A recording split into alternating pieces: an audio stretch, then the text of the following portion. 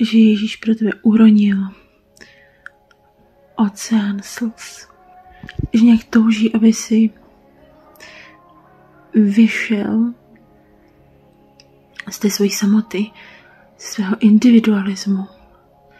Aby si šel v odvaze do toho nekomfortu, do nových vztahů, do nových situací, do nových zkušeností, že Ježíš chce všechno tvořit nové v tvém životě. Aby ses nebála těch porodních bolestí, které jsou s tím spojené. Ale aby jsme nějak v odvaze a ve svobodě kráčeli na tom širém moři. Aby jedinou jistotou byl Ježíš. Aby on byl naší silou, naším pokojem. Že on zná, kdo jsme, co potřebujeme. A nějak vnímám hluboký volání po vztahu. Po plným živým vztahu. Vztahu se vším všudy. Musíme žít mezi ostatníma. Jinak budeme přežívat ty ostatní.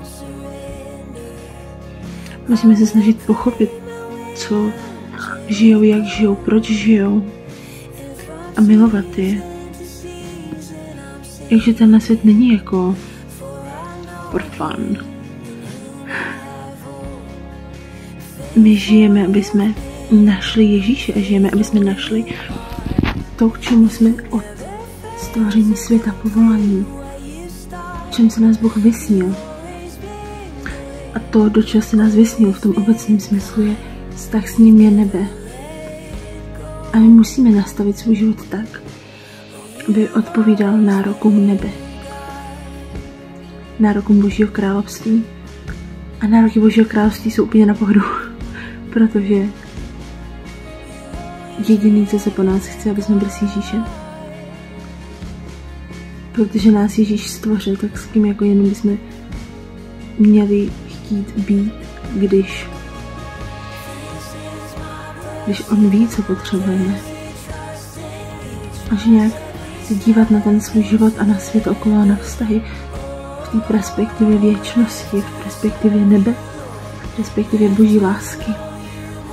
Že nějak vzít to své srdce jako nějaký poklad a perlu a nechat Ježíše, aby šel a koupil, dal všechno, aby koupil, aby to naše srdce bylo v nebi, aby my jsme opravdu žili nebe, aby úplně, ale jako úplně jedno, co v životě prožíváme, v jakých jsme situacích, jaký máme starosti, kde se nacházíme, co nám dělá radost, co nám nedělá radost, co je příjemný, co je nepříjemný.